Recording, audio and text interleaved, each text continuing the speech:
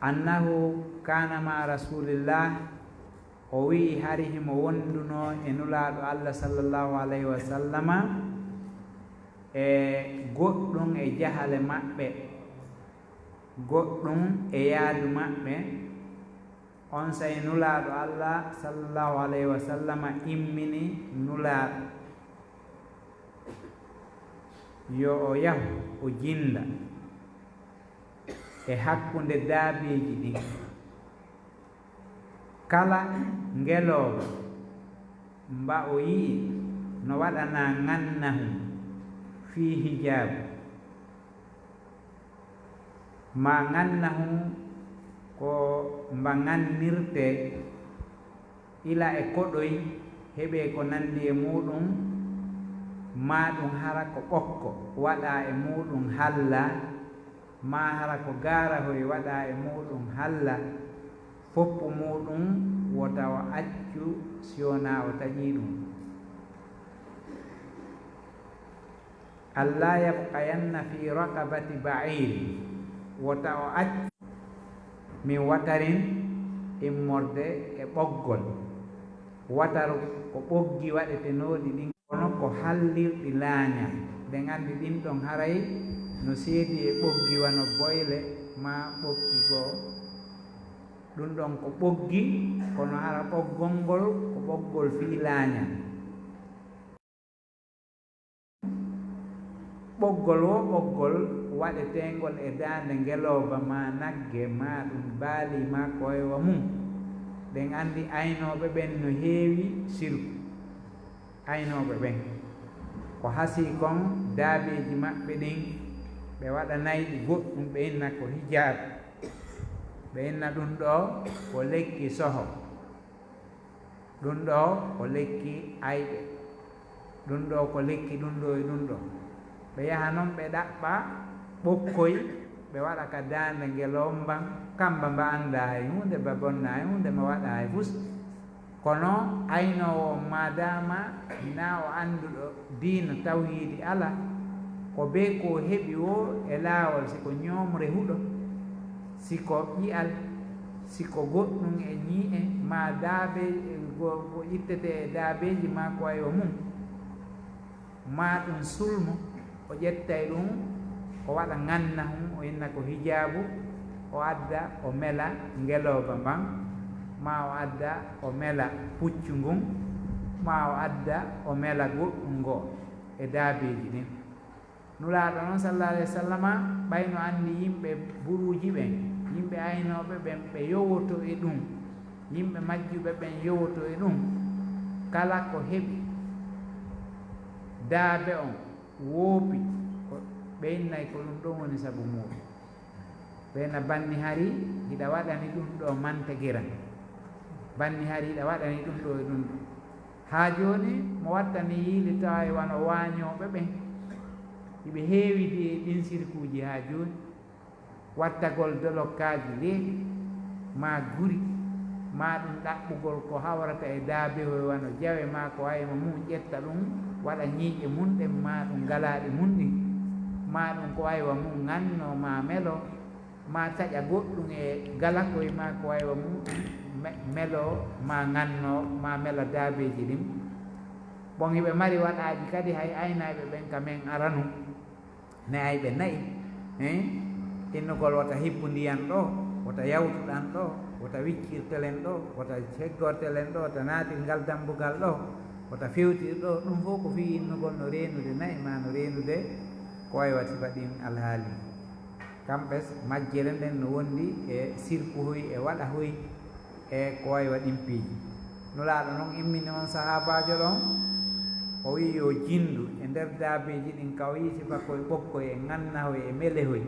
koɓe waɗata koye piihoy fof yo taƴu o itta o hawka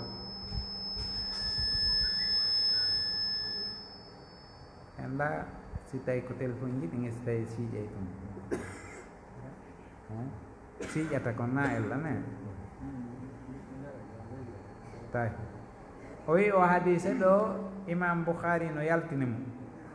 munasabatul baabi li kitabi tawhid wo ko addi yo ngal dambugal ɗo wiyetengal babu ruqa ko addi yo ngal adde ka dambugal tawhidi ɗo ko fiino yoga e moccirɗi ɗin moccirɗi sirkuyankeji na moccirɗi ɗin fof moccirɗi islamu no ton moccirɗi sunnayankeji no ton moccirɗi ɗi tawata diina kan no jaɓi sariyayankoji ɗin ɗon tawaka ga ko moccirɗi sirkuyankeji ɗin wona coora moccirɗi wona coora fuu ko ɗum wiya ɗo coora on mana mum andatako e hoore ɗum kadi koko woni jooɓade e rawhaniyanko ma ɗum e bile e jinna e ko nandi e mum e inɗe sirque ko tawata ko inɗe goɗɗum farisiya goɗɗum haala ko tawata kakkaɓe haalaji ɗin wara eno yollodiri e mum ko hasi kon kadi hara eno jilli e sirque ko ɗum fanda e o rukaɗo o ko addi noon yo addu ngal dambugal ka deftere tawhidi ɗo annahu istimrarum fi zicri l asiyai allati tuhillu bi aqidati tawhid ko jokkidirgol fi wowlugol piiji ɗi tawata ɗin no bonna aqida tawhidi on mina ruqa ila e moccirɗi sirkuyankeji ɗin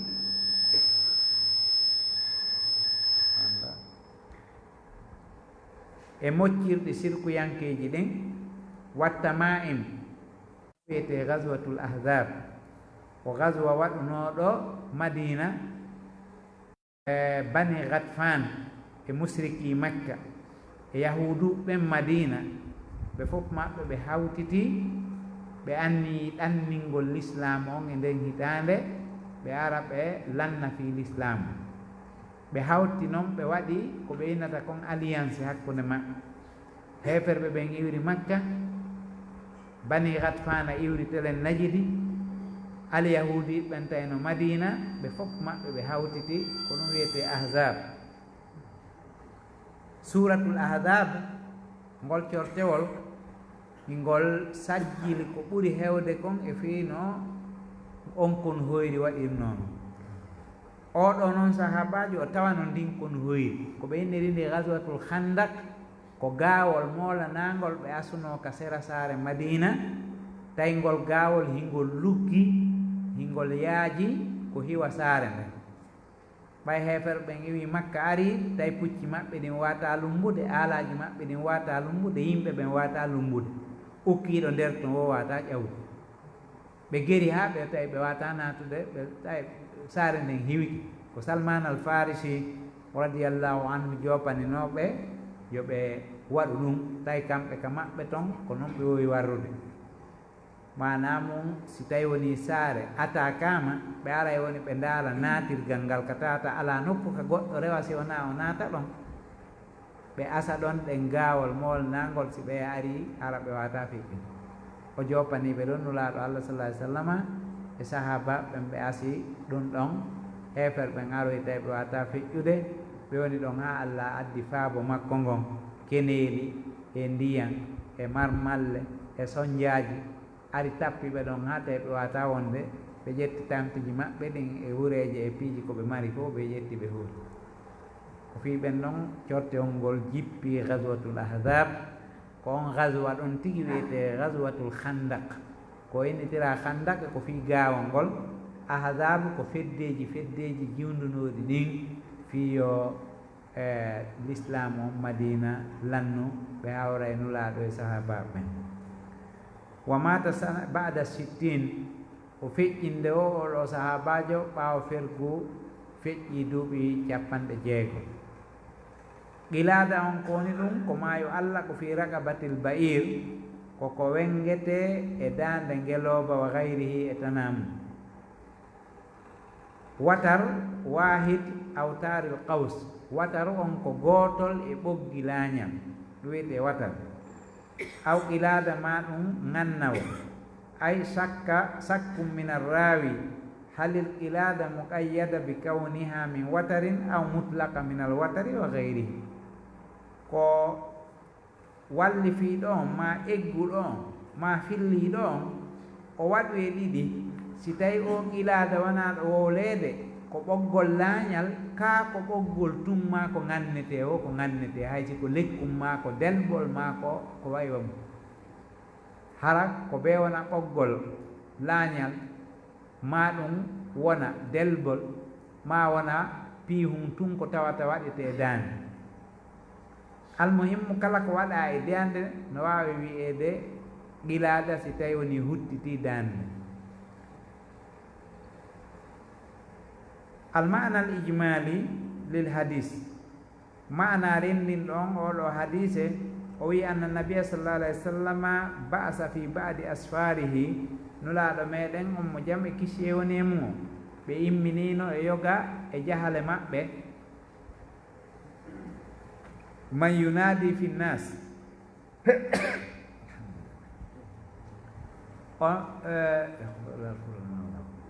o wi on mono ewno ka yimɓe ɓen bi idalati lqala'idi allati fi riqabi l ibil ittugol ngannali ngannaɗi ɗin e daaɗe geloɗi ɗin allati yuradu biha ɗin ɗi tawata no fandore ɗin ngannaji ɗi tawata no fandora ɗum dafa'ul ayni pottingol ñanne innugol ko ngannaji lekki ñanne ko lekki soho ko lekki bile ko lekki ɗum ɗo e ɗum ɗo wa dafa'il afati e pottingol ayibaji innugol ɗin ɗon ngannali ko wonɗi pottinde ayibaji li anna dhalika min ashirk sabna ɗum ɗon ko jeyaɗum e shirk alladi tajibu izalatu konko tawno waɗɗi ittugol munasabatul hadisi lil bab karamo kojo on maaki ko addi o hadise ɗo yollodiri ngal dambugal ɗo taahimo yuɓɓodiri e fi addede ɗo min haysu innahu yadullu ala taklidi l ibili wa nahwiha al autar koko tawi o hadise no tindini ngannugol geloɗi ɗin e ko wayi wa geloɗi nganna ɗi ɓoggi wa ma fi manaha e ko wayi wa ɗin ɓon ɓoggi li dafa il afati wonande pottingol ayibeji joni noon nde wonno e o hadise ɗo no holli wonde ngannugol ɗiɗo geloɗi ɓoggi e piɓi e ko wayi wa muɗum fi ittugol ayibaji ɗin no harmi wa silkum ko silku kadi tawi be o hadise ɗo adde ngal dambugal li annahu min taliqi tamaimi l muharrama sabuɗa ɗum ɗon kadi ko jeeya ɗum e melagol talki harminaɗi ma ceedeje harminaɗi ma yustafadu min al hadis o wi ara nun ɗon anna taliqa al awtari li dafi l afat fi hukmi tamaimi fi tahrim wo kala ɓoggi ko yowa e goɗɗum ma e goɗɗo si tawi woni wengama e daande fi pottingol ayibaji pottina ñabbeeli ma ɗum pottina soho e bile ko nandi e mum haray koye ñaawore talki ɗin kontete ka harmineede hay ko gaara hum meluɗa e nden e annuye sakkagol ɗum ɗon haray koka talki kontete saniyan isalatul munkar ko ittugol ko añini wonande jondoole tawaymo wawi ittude ɓaynulaaɗo on sallllahu alayhi wa sallama ko kamɓe yamiri yo kala ka o yii yo taƴo yo jinɗo ha ɗo ɗaɓɓita ka o yii yo taƴo joni si tawi oti kadi no jogii doole ka o yii ɗum wo taƴe yani sa yalti ɗo joni tawi ko an woni chef quartier o ma ɗum hiɗa hikki nokku goo ma hiɗa mari doole ma laamu no jonnuma ordre de mission ma liigo on no immi dari no wawi wadde ɗo wawi jindude e quartier ka ɓeyi boobo no mela talkum ma no mela ngannahum ma no mela piɓoy piɓoy ko watte kon ka dande oy ɓe wawi ƴettude laɓum taƴa hawka goto landatako oɗo ko nulaɗo Allah tigui nulimo yo jindo ɗaɓɓita kala ka o yi o taƴu hawka ɗum wiyete isaratul munkar ɗum ɗon kadi ko fi ko yimɓe jogiiɓe doole muɗum haray ɓe halfina wawi wadde ɗum ɗo ni rijalul hisba leyɗe julɓe ɓen ko ɓuri kon haray ɓe mari ɓen wiyeteɓe rijalul hisba rijalul hisba ko jogiiɓe doole haray ɓe wondi e police ɓe wondi e otoje ɓe wondi e gendarme wawɓe nangude si ɓe ari ɓe tawi ko añinino waɗe henaniɓe koko añini ni ɓe wawi nangude ɓen ɗon si ɓe yii kadi sifa ɗum wona boobo waɗaɗo sifa ɗum kadi ɓe wawi ittude sifa ɗin alhaaliji fof kamɓe ara ɓe wawi ittude probléme wo watta ko waɗi ko lamɓe salisan tabligu nnasi ma yasunu aqidatahum ko hewtingol yimɓe ɓen ko eno reena aqida maɓɓe on yani andina ɓe ɗum ɗon e koko reenata aqida maɓɓe on fiyota o jillu e sirka yottina ɓe andina ɓe humpita ɓe fii ɗum wa an ibni mas'udin radiallahu anhu qal sami'tu rasulallahi sallallahu alayhi wa sallam yaqul inna arruqa wattama'im wattiwala shirk rawahu ahmad wa abu dawud o wi fillama immorde e abdullah ibn mas'ud radiallahu anhu o maaki mi nani nulaaɗo allah sallallahu alayhi wa sallam hiɓe maaka ɗiɗo moccirɗi sirkuyankeji yani ruga oɗo welliti kono wona wellita ɗum no tonga yo ko ar ruga sirkiya fanda yani moccirɗi sirkuyankeji ɗi tawata ɗin jeyda e ko ari ko alqur'an ɓonnguɗi selrugi e ka allah ɗi tawata ko piijiwano coora tum e ko ndure moccata cikki ɗuman harna moccirɗi saria yankoji ar ruga sariya tawaka nder ga kono oɗo o waɗimo tun ta'mim hollugol himo waɗa qaydu nokkugo oɗo ko ammun mukhassas yani ko ammu kono imo waɗa takhsis nokkugo ka tawi ɗon nulaɗo tigi mocci andina moccirɗi ɗin fof harmina ka o moccama andina moccoɓen fof haɗa moccugol ka yani ɗum ɗo wiyete ammun mukhassas oɗo ko ammu kono imo hertina ko moccirɗi harmude ɗin wona wolede fimu kañum e talki e koɗe e ceede ɗum ɗon fof no wawi wiyede tama'imu on ko kala ko wengete e dande woni ko ceedere wenguɗa woni ko talkuru wenguɗa woni ko kaɓɓum wenguɗa woni ko e ñiire ngiiru wenguɗa woni ko honno wiyetede goɗɗum e daabehoy galakoy sifa ɗum fof no wiye tama'im na woni ko koɗe woni ko ceede woni sifa ɗum fof kala ko wengete e dande fi'innugol no hiwitorde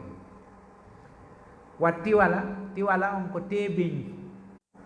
ɓe yahay woni ka garanke ɓe ƴetta talkuru ndun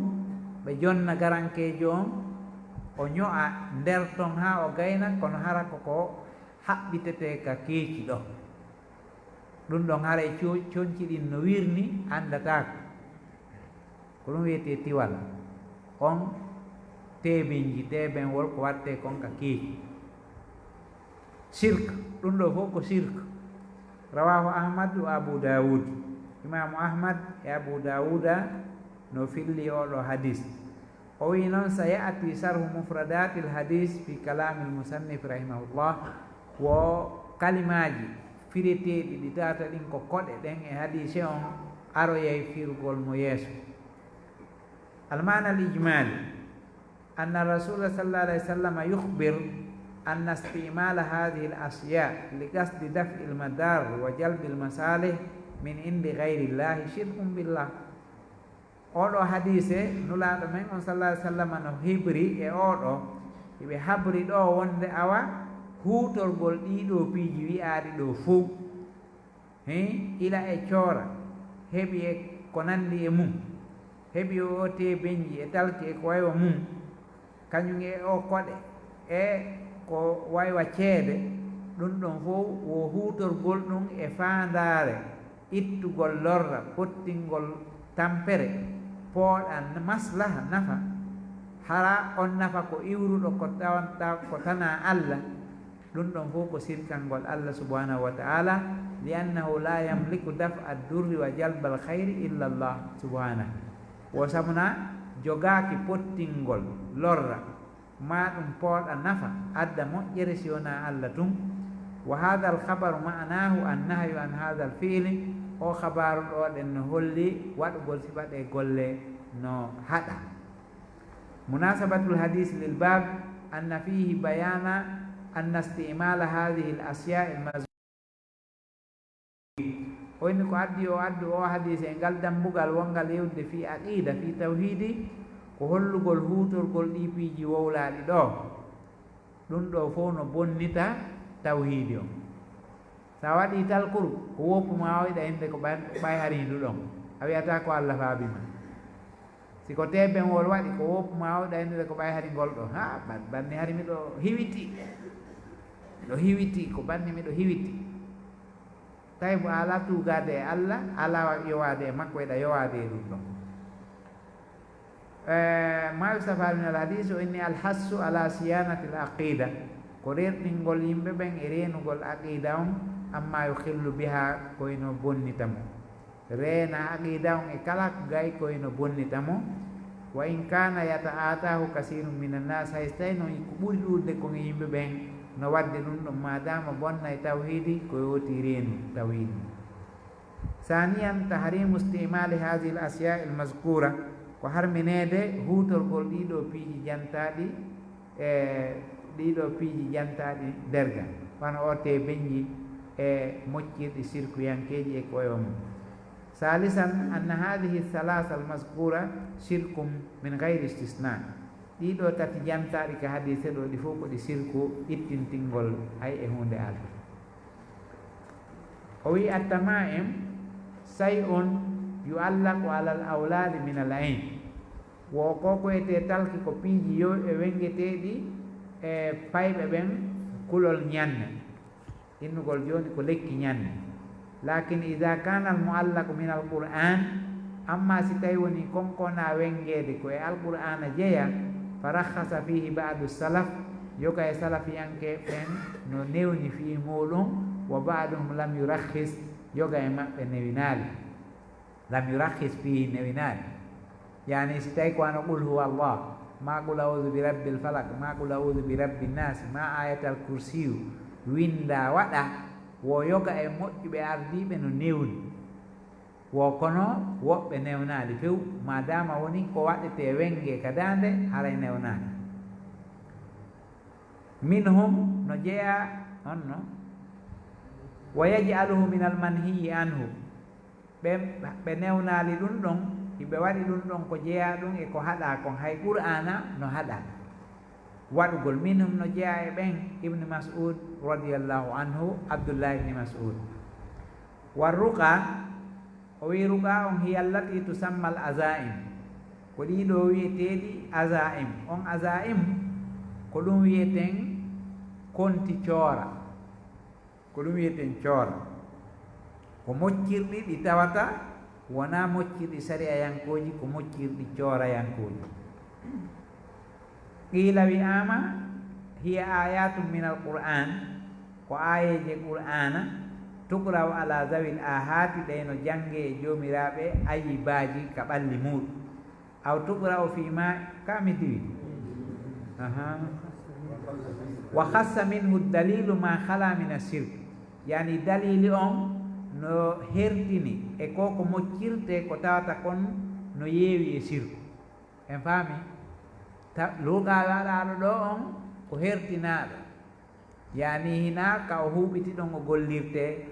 yani ko tawata kon no wopodiri e sirku few dalil on no yaltini ɗum ɗon tawata wakata fakad rakhasa fihi rasulullah sallallahu alayhi wa sallam min al ayni wal huma nulaɗo on sallallahu alayhi wa sallama e newini e ko moccirte kon moccirgol wano ñanne moccirgol wano ñanne kañum e joomiraji tooke wano jahe e bolle moccirgol ɗum ko tawata ko mocciranɗe ɗe tawata no wopodiri e sirku ɗum ɗon no dagi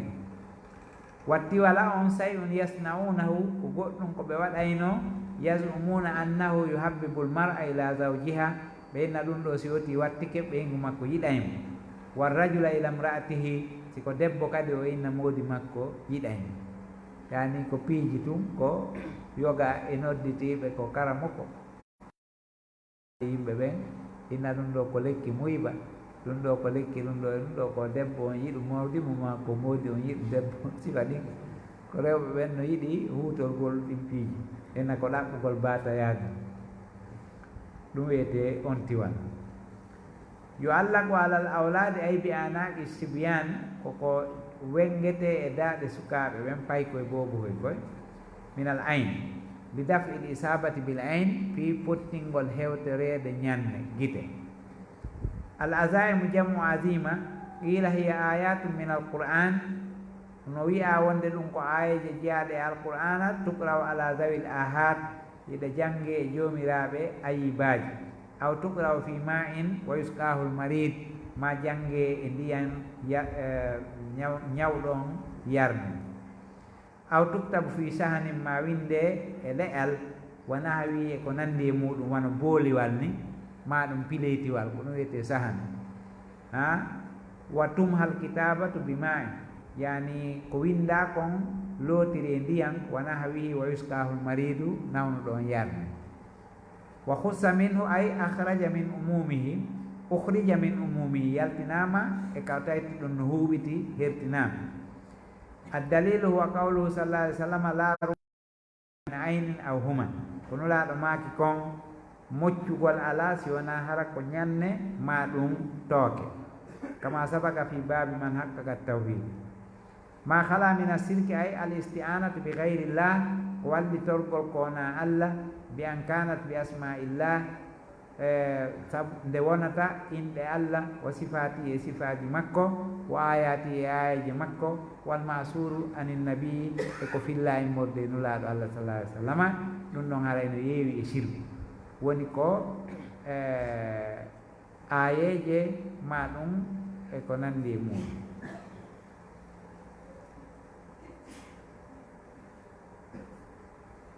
sirku on ko fanda ɗon ko kala ko wallitora ko wona allah haray woni sirku amma si tawi ko ano inɗe allah e sifaji makko e ayaji makko eko filla e no laaɗo haray ɗum ɗon tawaka ka sirkuji ko ɗum wawi so wendi ma hala mina sirku yani ko tata no yeewi e sirku wa hasilu ma zakarahu lmusannifu rahimahullah fi hukmi hadihi l asya il mazkura ma yali o inni ko walli fiiɗon yewti kon e fiiɗiɗo ɗen piiji ñawore majji jantaɗi ko woni ko mofti nder ɗon ko anna ru'yata tan kasimu ila qismain ko wonde moccegol no fecci pecce ɗiɗi qismu masru'un wa qismu mamnu ko sengo ko tawatina sirki sarkinaɗi ɗin sarinaɗi ɗin ko yewɗi ɗin e sirku wal mamnu ma kana fihi shirka haɗa haɗɗin ko tawata ɗin no wondi e sirku saniyan anna tama'ima tanqasimu ila qismain talki ɗin kadi no sendi pecce ɗiɗi qismu mamnu bil ijma hunde nde tawata no haɗa e fottagol karama ko ɓen fo wowa ma kana yastamilu ala shirkin koko tawata kon no mofti shirque wa qismu mukhtalafun fihi e sengo goo ko tawata no luutodira wowa ma kana min alqur'ani koko tawata no jeeya e alqur'ana hara ko alqur'ana winda qila innahu jaiz woɓɓe inni no dagi wa qila innahu mamnu woɓɓe inni no haɗa wa sahihu annahu mamnu ko woni ko selli kon ko woni ko tabiti kon kono haɗa saddal lizaria ka sakkagol laawi sirkuyankoji wa siyanatan lil qur'an e renugol alqur'ana salisan attiwala mamnu'atun min gayri khilaf ɗum ɗo koko haɗa lutodiral wo ala li annaha naw'un min asiri sabu no ɗum ɗo ko goɗɗum e mbilim sikki e ndarto ɗon na ndarte ɗon ha ndaren ɗine page goto lutti en ngal tan buga dar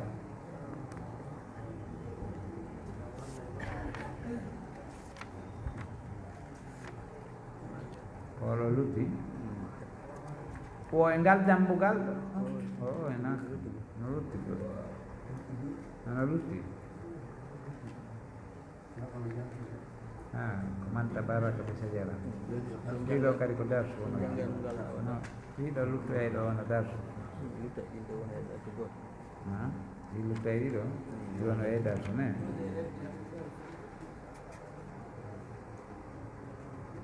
ɗiɗo wono e darsu ne ko e naɓo o page ɗo luttuɗi ɗo ɗin ka dambugal wono ya darsu wan abdillah ibni ukaym marfu'an man ta'allaka shay'an wukila ilayhi rawahu ahmad wa tirmisi ƴettama e morde o sahabajo ɗo maketeɗo abdullah ibni ukaym oɗo sahabajo o ɓanti hadise on e nulaɗo Allah sallallahu alayhi wa sallam ko wiyete marfu ko hadise hewtinaɗo nulaɗo mawqufu ko darnaɗo e sahabajo ɗum sendini bon hadise kadi no wona fi hukmi rafi hayso tawi ko mawqufu kono hara ka ñaawitirgol o ñaawirte wasi tawi ko hewtinaɗo nulaɗo Allah sallallahu alayhi wa sallam o wi man ta'allaqa shay'an wukila ilayhi ko kala yowitiɗo e goɗɗum ɗum ɗon o accirte ɗum ɗon awa yo reenu sa miijike ko kun lekkun ɗo wonma reenude ma kun kalla kun ɗo ma kun ñii kun ɗo ma kun o gala kun ɗo Allah accidete ɗum ɗon ɗum ɗon yowite e maɗa imamu ahmad e tirmidi filli o hadis o wi ɗo noon abdoullahi ibne ukaymi o wa yukna aba ma'badil juhani al kuufi himo sowire wi'eede sowoore aba ma'bad al juhani ko kuufiyankeejo adraka zaman annabi zaman nulaaɗon sallllahu alayhi wa sallama o konta sahaba sabu ko tawa kon zaman nulaaɗo kono wala yurafu annahu samia minhu kono anndaka wonde o naniri nulaaɗo yewten haray ɓe tawdama zamanu ko gomɗini nulaaɗo o woniri ɗum sahaba kono hompitaka wonde o jangi e juuɗe nulaaɗo o eggi e juuɗe maɓɓe hadise kono haray o naniri sahabaɓe goo ɓe tawata eggi e nulaaɗo ɗum wasi wenni marfuan ay marfuan ila nabi ko ɓantaɗo e morde nulaaɗo Allah sallallahu alayhi wa sallam o wi man ta'allaka shay'an iltafat woɗanamo nafa wukila ilayhi ay wakalahu llahu ila dhalika shey Allah on wakkilaymo nden ɗon hunde alladi ta'allakahu min dunihi nden ɗon nde o yowi man iltafata bi qalbihi aw fi'lihi aw bihima jami'an ila shay'in yarju minhu nafa aw daf'a dur wakalahu llahu ila dhalika shey alladi ta'allakahu wonulaɗo on no habri wonde kala yeƴƴintinɗo ɓernde muɗum ma golle muɗum ma ɓernde nden wo golle ɗen wo fof muɗum o yeƴƴiti e goɗɗum o acci Allah o tijjori ɗum ɗon nafa ma o tijjori ɗum ɗon pottinayi lorra e makko Allah accidaymo e ɗum ɗon konko o yowiti e muɗum fa man ta'allaka billahi kafa amma mo yowitike e Allah o heɓi tawhidi laaɓundi Allah subhanahu wa ta'ala yonanaymo ko hino dandam wa yassara lahu kulla asirin o newinanamo kala ko satti o ittanaymo sattende wa man ta'allaka bi gayrihi wakalahu llahu ila dhalika al gayri wa khazalahu amma mo yowitike e tana Allah woni ko goɗɗum woni ko goɗɗo Allah on accidaymo e konko o yowiti e muɗum o woppamo o selamo o tertomo few hande kadi hara ɓayi mo mari ko renamo ko wona Allah Allah acciraymo ni munasabatul hadisi lil bab anna fihi nahya wa tahdhira min at-ta'alluqi ala ghayrillah o hadise ɗo ko addi yo aru o yuɓɓodira e ngal dambugal tawhidi ɗo wo kono e makko haɗugol rentina yowitagol e kona Allah fi jalbil manafi wa daf'il madar fi poɗugol nafaji e pottingol lorraji ma yustafaru min al hadisi